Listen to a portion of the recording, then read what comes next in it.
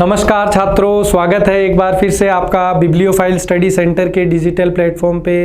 छात्रों, जो अपना मॉक टेस्ट होता है वेडनेसडे और संडे को, उसी सीरीज़ में पेपर नंबर 025815 का सॉल्यूशन आज हम लोग करने जा रहे हैं। तो ध्यान से समझिए चीज़ों को।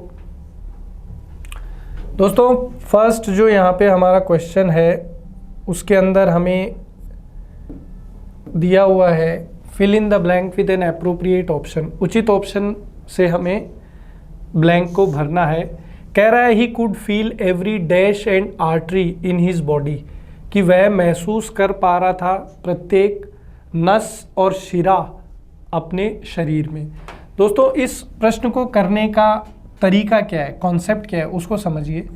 यहाँ पे आपको क्या दिया हुआ है, एंड दिया हुआ है। तो दोस्तों, इस एंड के बाद में यहाँ पर क्या लिखा हुआ है, आर्टरी। आर्टरी का पार्ट्स ऑफ स्पीच क्या है, नाउन है। तो ये जो है मेनली यहाँ पर हम लोग फॉलो करेंगे कॉन्सेप्ट ऑफ पैरेललिज्म। कौन सा कॉन्सेप्ट फॉलो करेंगे, कॉन्सेप्ट ऑफ पैरेललिज्म। दोस्तों, कॉन्सेप्ट ऑफ पैरेललिज्म बोलता है कि जिस भाव का शब्द कंजंक्शन के आगे है उसी भाव का शब्द कंजंक्शन के पीछे होना चाहिए। तो यहाँ पर आर्टरी है, तो आर्टरी से ही मिलता जुलता शब्द कौन सा है, लीवर। लीवर का मतलब तो होता है यकृत, तो आर्टरी और लीवर का कोई संबंध नहीं है। बीट का मतलब होता है, वर्ब के तौर पर देखें तो किसी को मारना पीटना, और नाउन के तौर पे देखें तो बीट का मतलब होता है धड़कन।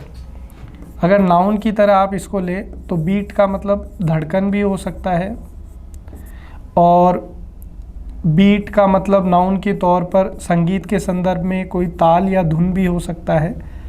और बीट को अगर वर्ब की तरह ले तो बीट का मतलब होता है किसी को पीटना। ये छोटे छोटे जो माइनर डिफरेंसेस हैं, ये आपको पता करने की कोशिश करनी चाहिए अगर आप कोई भी कॉम्पिटिटिव एग्ज़ाम पास करने की सोच रहे हैं। अगला है प्लेस। प्लेस का मतलब क्या है, स्थान। और यहाँ पर वेन आ जाएगा, क्योंकि वेन एंड आर्टरी मतलब धमनी और शिरा, इस तरीके से ये बनेगा। तो कॉन्सेप्ट ऑफ पैरेललिज्म के अनुसार अगर कंजंक्शन के बाद आर्टरी है तो उससे मिलता जुलता शब्द वेन जो है वो ब्लैंक के अंदर आने का सबसे उचित जवाब यहाँ पर हो जाएगा। अब अगला जो क्वेश्चन है वो देखिए, कह रहा है find the part of the given sentence that has an error in it, if there is no error choose no error. हमें यहाँ पर एक वाक्य दिया गया है, वाक्य का एक भाग है जिसमें कोई गलती है, हमें वो पकड़ने का प्रयास करना है।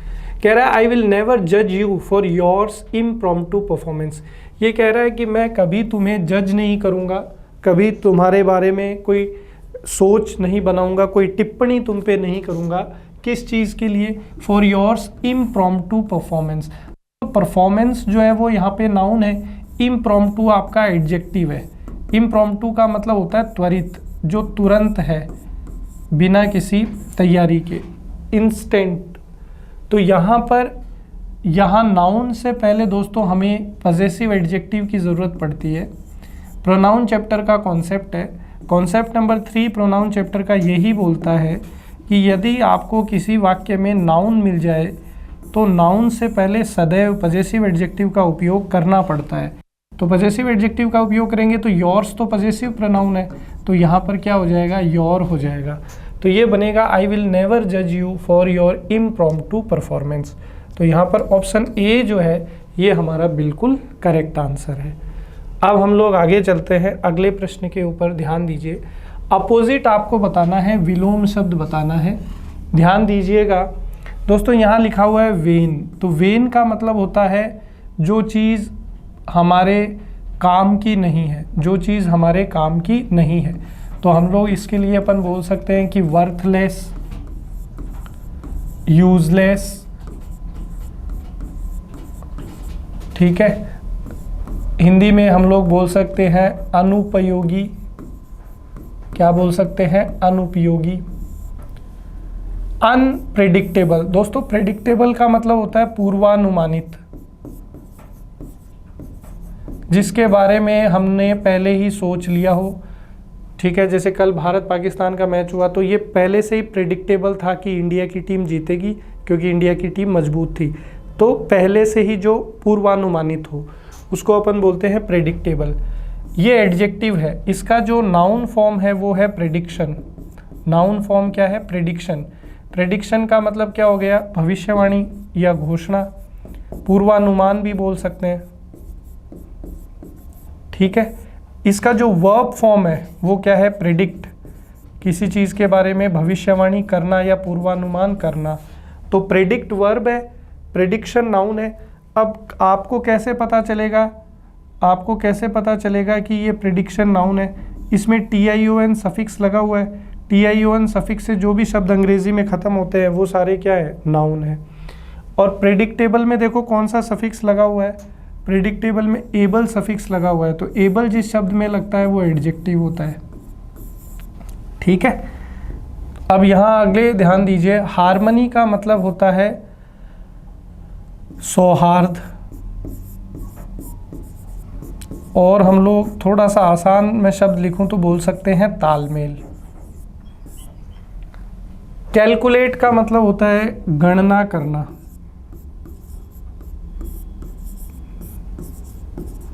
तो हमारा आंसर जो है वो यहाँ हो जाएगा प्रोडक्टिव। प्रोडक्टिव का मतलब होता है उपयोगी, जो चीज़ हमारे लिए यूज़फुल है, उपयोगी है, उसको हम लोग बोलते हैं प्रोडक्टिव। तो जो चीज़ उपयोगी नहीं है उसका अपोजिट क्या हो जाएगा? प्रोडक्टिव। आगे देखते हैं, अगला जो क्वेश्चन है उसमें हमें इनकरेक्टली स्पेल्ड वर्ड बताना है, वो स्पेलिंग बतानी है जो गलत है। देखिए घोस्ट की स्पेलिंग बिल्कुल सही है। घोस्ट का मतलब होता है प्रेत या भूत। रोस्ट जो है दोस्तों वर्ब है, रोस्ट का मतलब होता है भूनना या पकाना। तो बिना आग के कोयलों पे किसी चीज़ को पकाया जाता है, भुना, तो उसको भूनना बोलते हैं, इंग्लिश में रोस्ट बोलते हैं। माल्ट का मतलब होता है दोस्तों जो, सीरियल है जैसे गेहूं है, बाजरा है, उसी प्रकार से। होलिस्टिक की स्पेलिंग यहाँ गलत है, जो सही स्पेलिंग है वो है HOLISTIC, हॉलिस्टिक। तो यहाँ हमारा जो आंसर है वो ऑप्शन सी है, ये स्पेलिंग गलत है, करेक्ट स्पेलिंग है हॉलिस्टिक, HOLISTIC। आगे देखिए, हमें कह रहा है कि improve the underline part of the sentence, choose no improvement as an answer if the sentence is grammatically correct.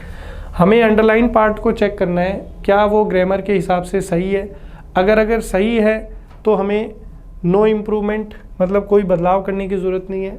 अगर आपको लगता है कि ये गलत है तो जो उचित है 3 ऑप्शन में वो हमें देखना है।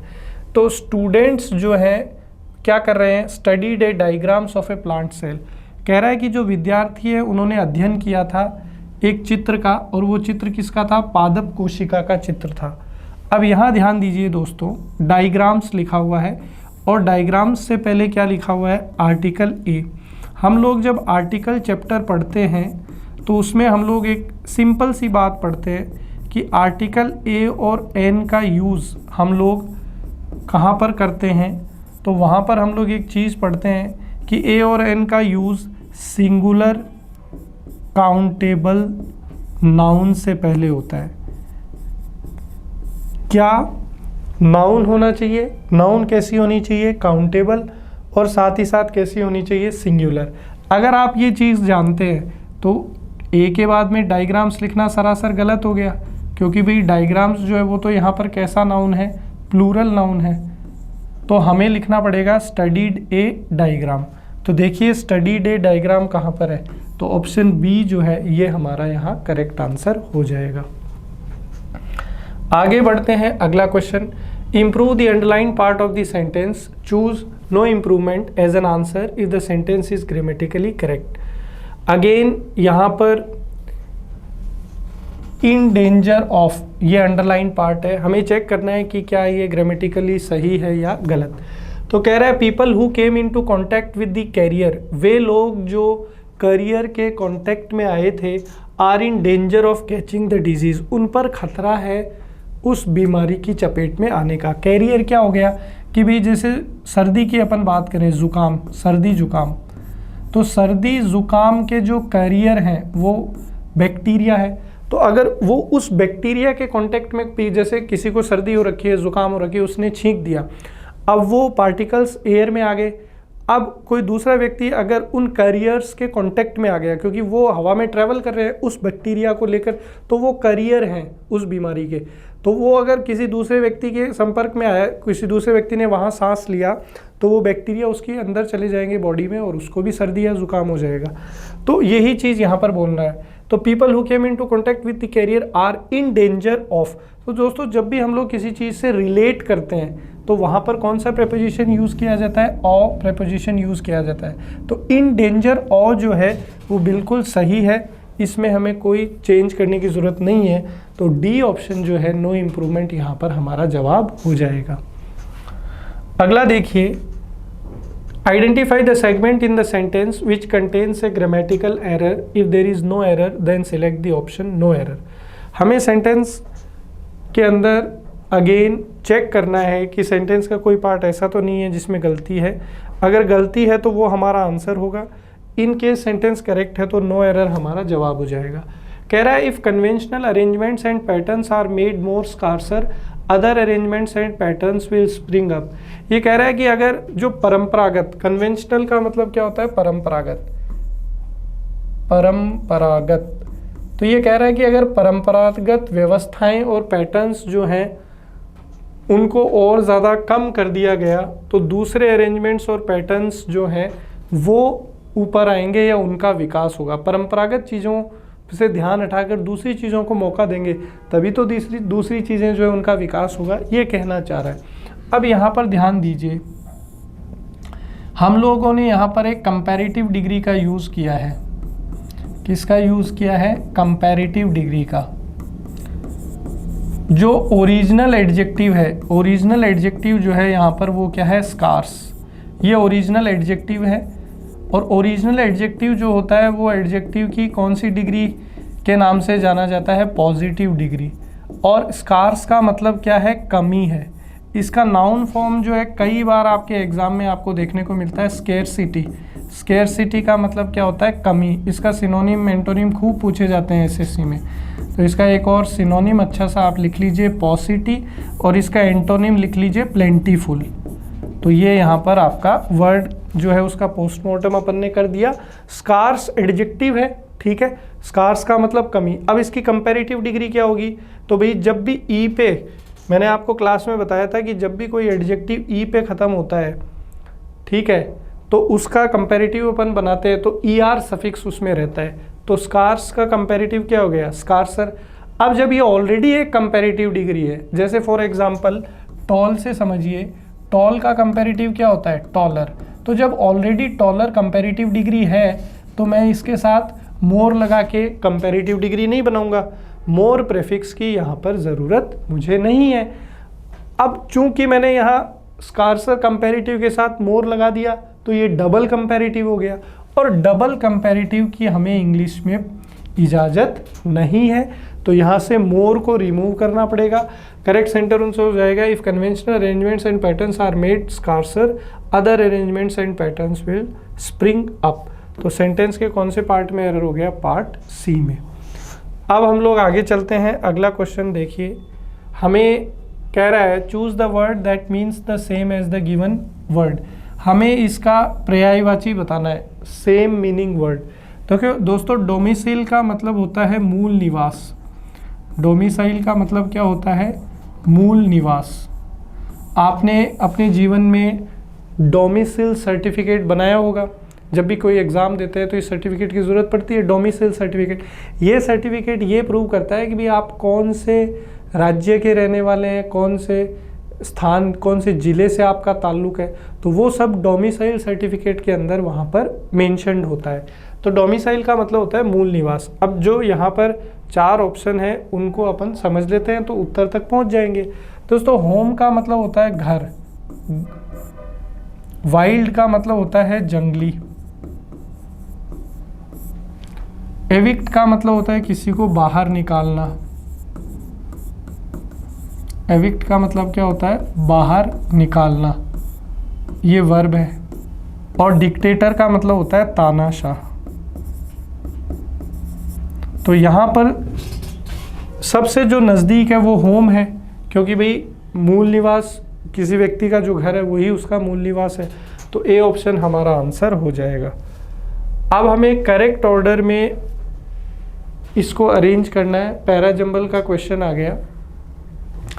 दोस्तों जब भी इस तरीके के क्वेश्चंस आ जाए तो इनके अंदर हमें जो है कोशिश करनी चाहिए कि हम लोग कोई ऐसा कनेक्शन स्टेब्लिश करें जिसके अंदर हमें दो सेंटेंस जुड़ते हुए मिल जाए, जिसको हम लोग मेनली मैंडेटरी पेयर के नाम से जानते हैं।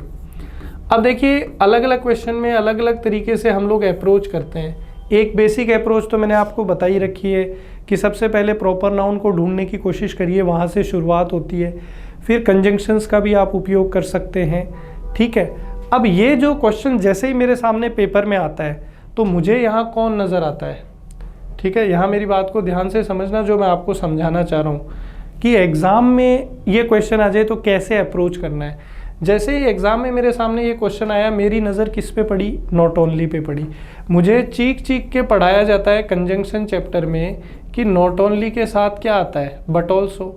तो आप यहाँ ढूंढने की कोशिश करें बट ऑल्सो कहाँ पर है। तो जैसे ही आप अपना थोड़ा ढूंढने की कोशिश करेंगे तो यहाँ बट ऑल्सो आपको मिल जाएगा। तो ये चीज़ तय है कि आर के बाद में कौन आता है, एस। ये चीज़ तय है कि नॉट ओनली के बाद में बट आल्सो आएगा, मतलब आर जो स्टेटमेंट है उसके बाद में एस स्टेटमेंट आना 100% ज़रूरी है। ये मैंडेटरी पेयर हो गया आपका, आवश्यक जोड़ा। तो आप चेक करिए कि आर के बाद में एस कहाँ कहाँ है। तो आपने देखा कि आर के साथ एस यहाँ पे है, आर के साथ एस यहाँ पे है, आर के साथ एस यहाँ पे है, यहाँ पे नहीं है। तो सी सबसे पहले बाहर हो गया। अब यहाँ पर फिर भी 3 ऑप्शन आ गए तो हमें थोड़ा चेक और करना पड़ेगा, लेकिन कई दफ़ा ऐसा होता है एक ही ऑप्शन ऐसा होता है और हम तुरंत आंसर तक पहुँच जाते हैं। चलिए अब वो चीज़, अब 2 जगह तो पी से शुरू है और एक जगह क्यू से शुरू है। तो हमें सबसे पहले जो है ओपनिंग स्टेटमेंट की तरफ जाना चाहिए। देखो यहाँ पर दिया हुआ है माई बिलीफ, यहाँ पर क्या दिया हुआ है, माई बिलीफ। और यहाँ पर देखिए क्या लिखा हुआ है, इट इज़। यहाँ पर क्या लिखा हुआ है, इट इज़। देखिए इट इज़, इट सब्जेक्ट है, इज़ क्या है, वर्ब है। सब्जेक्ट और वर्ब, वर्ब के बाद में किसकी ज़रूरत पड़ती है, ऑब्जेक्ट की। तो ये जो बिलीफ है ये यहाँ पर अपना क्या है, ऑब्जेक्ट। और नाउन से पहले पजेसिव एडजेक्टिव भी आता है। तो ये शुरुआत जो है क्यू से होगी। बहुत सारे लोग जो है इन्होंने पी से शुरू करने की इसमें कोशिश करी होगी और पी से 2 ऑप्शन हैं भी। तो कई बार हम लोग जो है थोड़ा सा इस तरीके से फंस जाते हैं। तो क्यू से इसकी शुरुआत होगी कि rather than being such as one target among many, कि भाई बहुत सारे के बीच में एक टारगेट होने की बजाय it is my believe that UHC should be seen as the linchpin of the health development agenda. कह रहा है कि ये मेरा विश्वास है कि यूएचसी को जो है हेल्थ डेवलपमेंट एजेंडा के लिंकपिन के रूप में देखा जाना चाहिए। फिर आर आ जाएगा, not only underpinning a more sustainable approach to the achievements of other health targets but also allowing for a balance between them. तो यहाँ ऑप्शन ए जो है ये हमारा बिल्कुल ठीक होगा कि rather than being seen as one target among many, it is my believe that UHC should be seen as the linchpin of the health development agenda, not only underpinning a more sustainable approach to the achievement of the other health targets but also allowing for a balance between them। तो option A जो है वो हमारा correct answer हो जाएगा। अब ये यहाँ पर एक ईडियम आ गया है, उसका मीनिंग हमें बताना है। ईडियम है to keep an eye on. दोस्तों to keep an eye on बहुत ही सिंपल ईडियम है। इसका मतलब होता है किसी पर नज़र रखना, किसी पर नज़र रखना। तो अगर हम लोग किसी पर नज़र रखना को ट्रांसलेट करें इंग्लिश में तो क्या हो जाएगा, टू वॉच ओवर क्लोजली। क्या हो जाएगा, टू वॉच ओवर क्लोजली। बहुत ध्यान से किसी चीज़ को देखना या नज़र रखना। अगला जो है कह रहा है choose the word that is opposite in meaning to the given word, यानी विलोम शब्द अपने को बताना है, अपोजिट दे रखा है। दोस्तों फोर्थ राइट, फोर्थ राइट का मतलब होता है दोस्तों बेबाक, जो बिल्कुल साफ सुथरा बोलता है, कोई घुमा फिरा के बात नहीं करता है। फोर्थ राइट को हम लोग स्पष्टवादी भी बोल सकते हैं। अब यहाँ पर ऑप्शंस की तरफ जाएं तो अनइनहिबिटेड वह स्थान होता है जहाँ पे कोई रहता नहीं है, निवास नहीं करता है। ब्लंट का मतलब होता है बेबाक। तो ब्लंट जो है वो एक तरीके से देखा जाए तो फोर्थराइट का क्या है, सिनोनिम है, पर्यायवाची है। लेकिन हमें क्या पूछा है, एंटोनिम। इस चीज़ का भी ध्यान रखना है, एग्जाम में हम लोग कई बार पूछा एंटोनिम होता है, बता देते हैं सिनोनिम है। आर्टलेस का मतलब होता है दोस्तों जो बिल्कुल भी डिसऑनेस्ट नहीं है, बिल्कुल भी डिसऑनेस्ट नहीं है, मतलब वो क्या है, ऑनेस्ट, ईमानदार को बोलते हैं।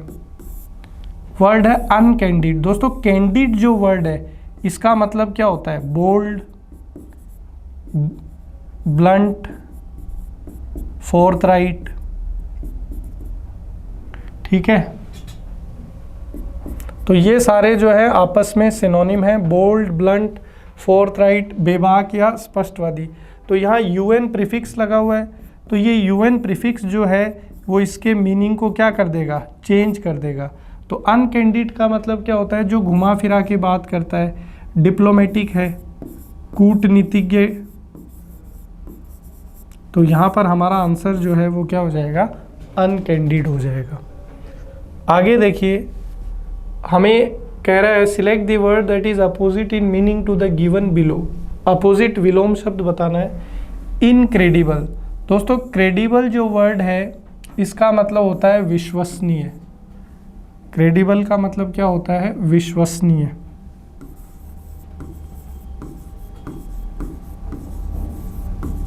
अब ये जो यूएन प्रीफिक्स, आईएन प्रीफिक्स लगा है, ये इसके मीनिंग को क्या कर देगा, चेंज कर देगा, अपोजिट।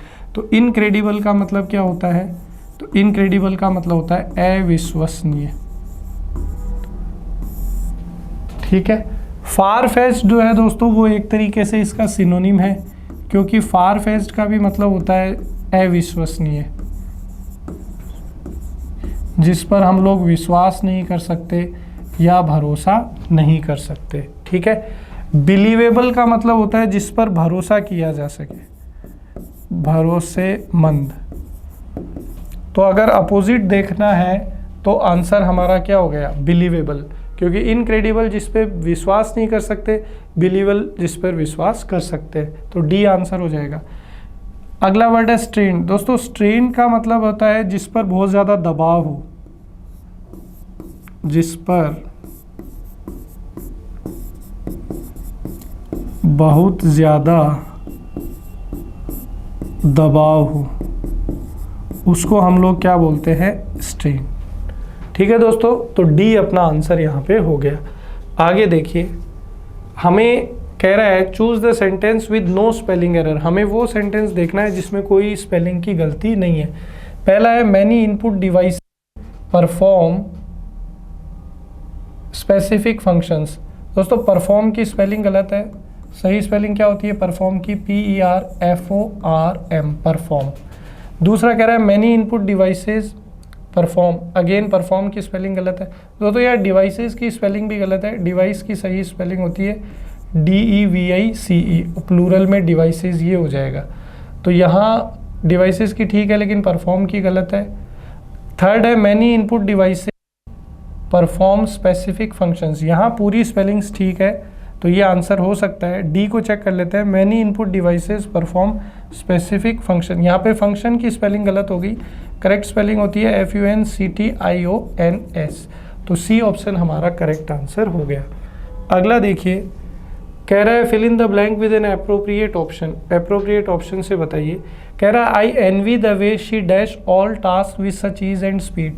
ये कह रहा है कि मुझे ईर्ष्या होती है कि वह जो है सारे अपने काम जो है बहुत आसानी से कर लेती है और बहुत तेज़ी से कर लेती है, तो इस चीज़ से मुझे थोड़ी ईर्ष्या होती है उससे। तो I envy the way she bring about. दोस्तों ब्रिंग अबाउट का मतलब होता है कॉज टू हैपन।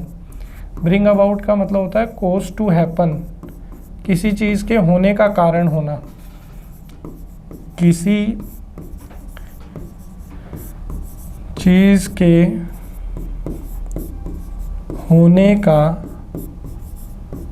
कारण बनना, किसी चीज़ के होने का कारण बनना, उसको हम लोग बोलते हैं ब्रिंग अबाउट।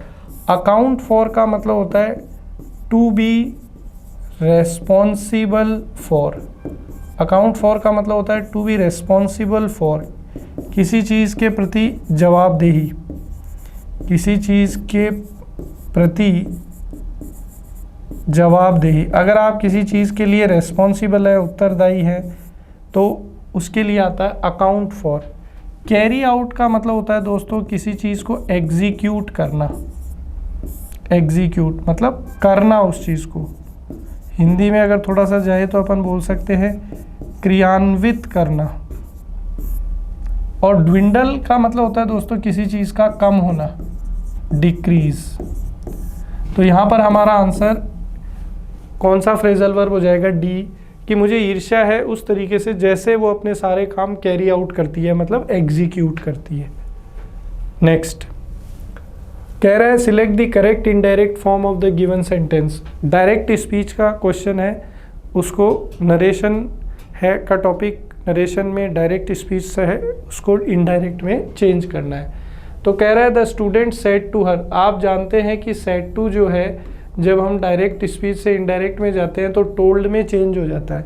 तो आप यहाँ देखो टोल्ड कहाँ पर है, तो ये तो नहीं आंसर हो सकता क्योंकि यहाँ तो चेंज नहीं किया। यहाँ टोल्ड है, यहाँ टोल्ड है, यहाँ फिर सेड टू है।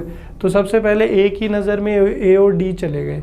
अब दूसरा देखो यहाँ पर कौन सा टेंस है, तो आप बोलेंगे कि सर डू के साथ नॉट है। डू और डज आपको कौन से टेंस में मिलते हैं? प्रेजेंट सिंपल में।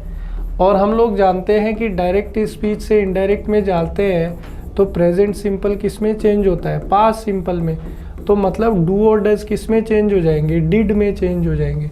तो आप देखो डिड कहाँ है, तो उसने कहा डिड यहाँ पर है और यहाँ पर तो अगेन फिर आपने जो है, अच्छा ए तो पहले ही चला गया, बी में डू नॉट है, सी में डिड नॉट है। तो हमारा आंसर जो है कौन सा हो जाएगा? सी।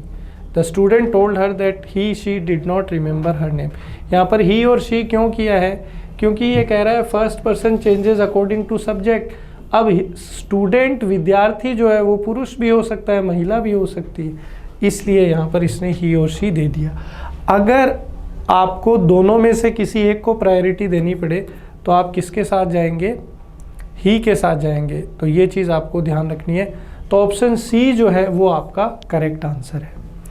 अगला देखिए, कह रहा है choose the word that can substitute the given group of words. ये दिया गया जो कथन है इसको एक शब्द में हम लोग क्या बोल सकते हैं?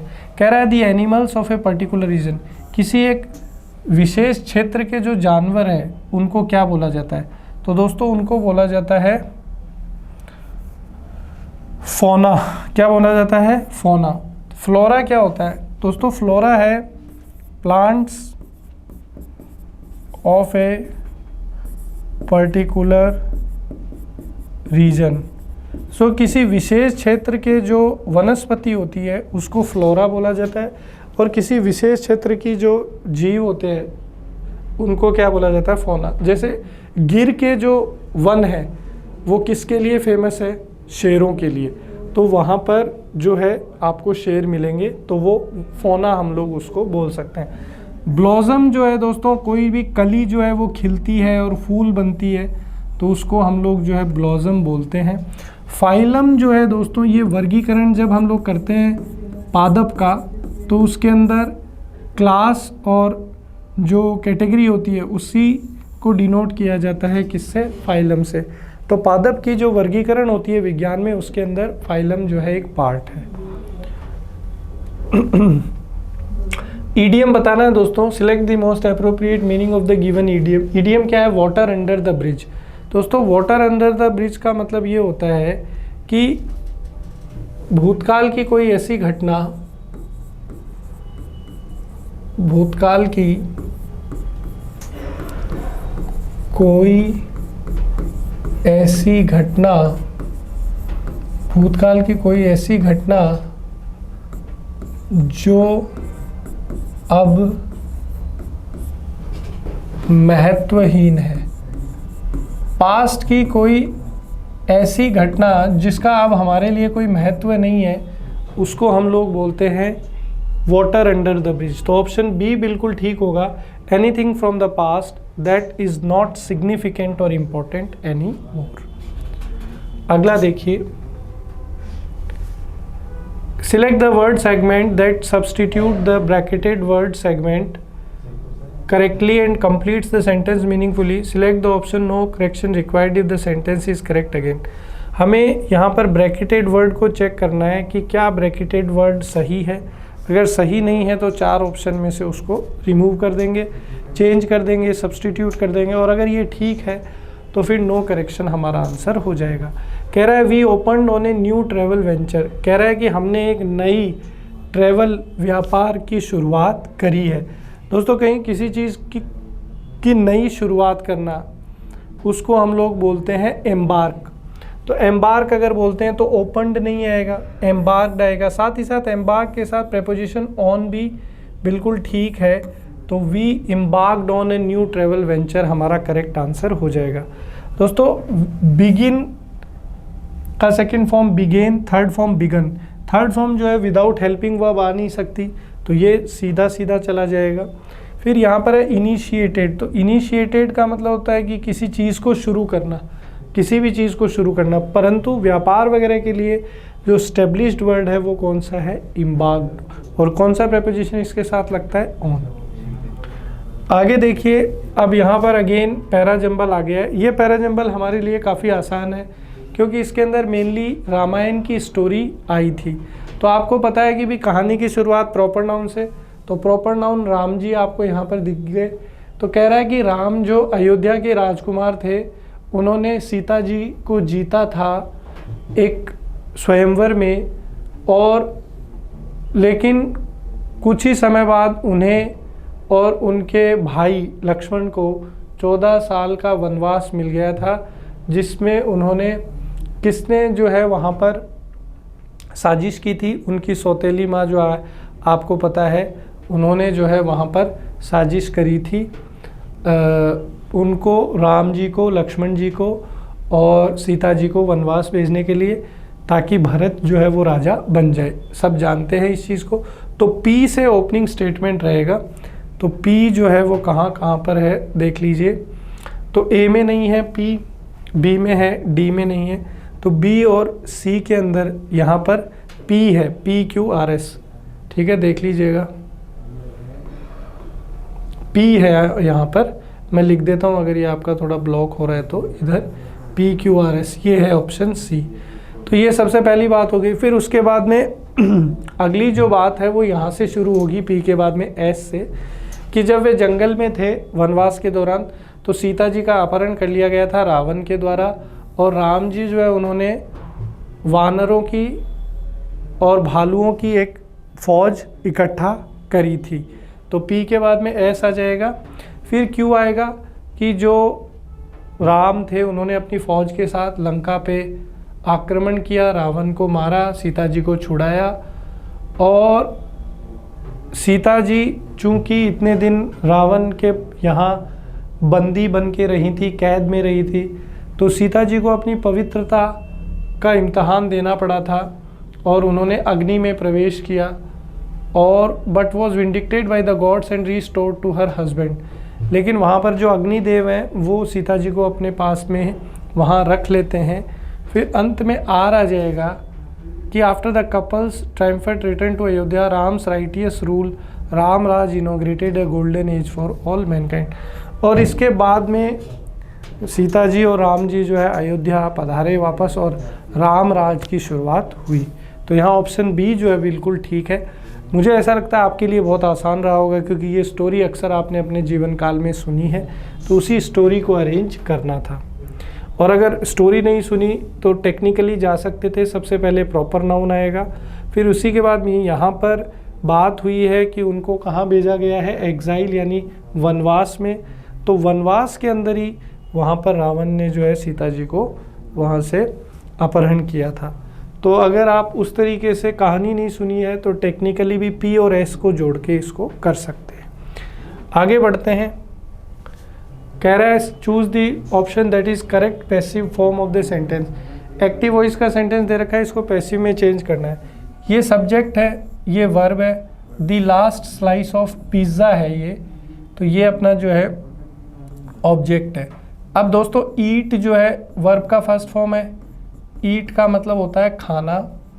इसका सेकंड फॉर्म जो है वो एट है। तो सेकंड फॉर्म जो है वो कौन से टेंस को रिप्रेजेंट करता है, पास्ट सिंपल को रिप्रेजेंट करता है। तो अगर एक्टिव वॉइस में पास्ट सिंपल है तो उसको जब हम लोग पैसिव वॉइस में चेंज करेंगे तो ये किस में चेंज हो जाएगा, तो ये वॉज वर्ब के साथ थर्ड फॉर्म में चेंज हो जाएगा। हम लोग सब ये जानते हैं कि पास्ट सिंपल टेंस जो होता है सेकंड फॉर्म, उसको जब पैसिव में चेंज करते हैं तो वॉज वर्ब के साथ थर्ड फॉर्म आती है। तो आप चेक करिए कि वॉज वर्ब के साथ थर्ड फॉर्म कहाँ पर है। तो यहाँ पर तो हैड बीन है तो ये चला गया, वॉज के साथ थर्ड फॉर्म है तो यही आंसर है। वॉज बीइंग नहीं आ सकता, ये कॉन्टिन्यूस टेंस में आता है। दे हैड ईटन, यहाँ पर हैड के साथ थर्ड फॉर्म है तो ये भी हमारा आंसर नहीं होगा। तो बी होगा the last slice of pizza, जो एक्टिव वॉइस में ऑब्जेक्ट है पैसिव में आके सब्जेक्ट बन जाएगा, और सिंगुलर सब्जेक्ट है चूंकि the last slice of pizza कि पिज़्ज़ा का आखिरी टुकड़ा, तो singular verb third form by, और बाई के बाद में ये जो सब्जेक्ट है एक्टिव में पैसिव में ऑब्जेक्ट फॉर्म में जुड़ेगा, तो सी का ऑब्जेक्टिव केस क्या होता है, हर।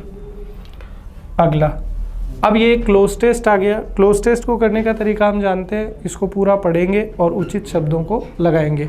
कह रहा है fresh pineapple, chilled watermelon and an icy cold soft drink on a hot summer's day. गर्मियों के दिन में आपको क्या, कोई ताज़ा ताज़ा पाइनएप्पल का जूस मिल जाए, एक ठंडा तरबूज खाने को मिल जाए, या फिर एक ठंडी सॉफ्ट ड्रिंक मिल जाए, तो और क्या चाहिए। आगे कह रहा है what do these things have in dash, कि इन सब चीज़ों में तीनों में क्या चीज़ ऐसी है जो सब में है। They all taste so good because of the sweetness the sugar in them provides, इन सब का जो स्वाद है वो मीठा है क्योंकि इन सब में क्या पाई जाती है, चीनी पाई जाती है, शुगर पाई जाती है। कह रहा है when you think of sugar you probably picture the white dash you put in cookies that your parents put in their coffee और that you dash on your cereal. कह रहा है कि जब भी शुगर की बात होती है तो हमें वो सफ़ेद रंग के छोटे छोटे दाने, चीनी आपने देखी होगी, वो जो चीनी आती है उसमें सफ़ेद छोटे छोटे दाने आते हैं, तो वो हम लोग जैसे आप किस में डालते हैं, तो ये कह रहा है कि मेनली जब भी आप कोई कुकीज़ बनाते हैं, मतलब कोई मीठा बिस्किट वगैरह बनाते हैं, केक बनाते हैं, तो उसमें डालते हैं। आपके माता पिता चाय कॉफ़ी पीते हैं तो वो उसमें डालते हैं। और अभी जैसे कोई अगर अपने को बोलते हैं रोटी पर भी चीनी वगैरह डाल के खाता है। कह रहा है actually this is just one kind of sugar called sucrose which is dash from sugar cane और शुगर बीट्स। लेकिन ये कह रहा है कि ये जो चीनी हम लोग घरों में यूज़ करते हैं ये एक प्रकार की चीनी है, चीनी में और भी बहुत सारे प्रकार हैं और इसको मेनली सुक्रोज बोला जाता है। और ये चीनी हमको कहाँ से प्राप्त होती है, शुगर केन यानी जो गन्ना होता है उससे हम लोग ये निकालते हैं। कह रहा है technically sugar is a carbohydrate. अगर साइंस की टर्म्स में बात करें तो हम लोग जानते हैं कि भोजन को अलग अलग पार्ट्स में बांटा जाता है, प्रोटीन हो गया, फैट हो गया, कार्बोहाइड्रेट हो गया। तो ये शुगर जो है वो एक कार्बोहाइड्रेट है, dash in every fruit and vegetable, जो प्रत्येक फल और सब्जी में पाई जाती है। तो पहले ऑप्शन की तरफ करते हैं कि what do these things have in dash, balance, common, tandem, collision. तो ये तो अंधे को भी नज़र आ जाएगा कि ये कह रहा है कि तीनों में क्या चीज़ कॉमन है, क्या चीज़ कॉमन है। आगे कह रहा है कि they all taste so good because of the sweetness of the sugar in them provides when you think of sugar you probably picture the white. कह रहा है जब भी चीनी की बात होती है तो हमारे दिमाग में क्या आते हैं, सफ़ेद छोटे छोटे दाने। तो वो छोटे छोटे पत्थर थोड़ी है, स्टोन्स नहीं है, रबल्स भी नहीं है, कैप्सूल्स भी नहीं है, ग्रेनुअल्स। ग्रेनुअल्स का मतलब होता है छोटे छोटे कण, छोटे छोटे क्यूब्स। तो यहाँ पर वो आ जाएगा ग्रेन्यूल्स। आगे चलते हैं, you put in cookies that your parents put in their coffee और that you dash on your cereal. तो आप अपने उस पर सीरियल वगैरह पे, रोटी पे, इन पे उसको क्या करते हैं, चीनी को छिड़कते हैं। तो छिड़कने के लिए प्लेस करना तो रखना, रेज का मतलब उठाना, सेंड मतलब भेजना, स्प्रिंकल मतलब छिड़कना। तो हम सीरियल वगैरह पे भी वो चीनी को जो है छिड़कते हैं तो वो ज़्यादा ठीक हो जाएगा। फिर कह रहा है actually this is just one kind of sugar called sucrose which is dash from sugar cane. तो शुगर केन से उसको क्या किया जाता है, शेल्व किया जाता है, रग्ड किया जाता है, एक्सकेवेट किया, एक्सट्रैक्ट किया। तो एक्सट्रैक्ट हो जाएगा। एक्सट्रैक्ट का मतलब होता है किसी चीज़ को बाहर निकालना। तो गन्ने से चीनी को बाहर निकाला जाता है। Technically sugar is a carbohydrate that occurs naturally, fortunately, happily, mentally. Happily मतलब खुशी के साथ, फॉर्चुनेटली सौभाग्यवश, मेंटली मतलब मानसिक तौर से, और नेचुरली मृतिक प्राकृतिक रूप से। तो फल और सब्जी हमें प्रकृति से प्राप्त होते हैं और प्राकृतिक रूप से ही इनमें क्या पाई जाती है, सुक्रोज पाई जाती है, जो कि एक तरीके की क्या है, कार्बोहाइड्रेट है। ऐसा नहीं है कि सब्जी और फल में हम इंजेक्शन लगा के ये सुक्रोज डालते हैं। ठीक है, तो दोस्तों इसी के साथ ये पेपर अपना यहाँ पर कंप्लीट हो गया है। उम्मीद करता हूँ कि आपको चीज़ें अच्छे से समझ में आ गई हैं। अगर ये वीडियो पसंद आया है तो इसको लाइक ज़रूर करें, और जो भी आपके कमेंट हैं दिल खोलकर हमारे तक भेजें, उससे हमारा काफ़ी उत्साहवर्धन होता है। मिलते हैं आपसे अगले सेशन में, तब तक के लिए पढ़ते रहिए, मस्त रहिए। जय हिंद।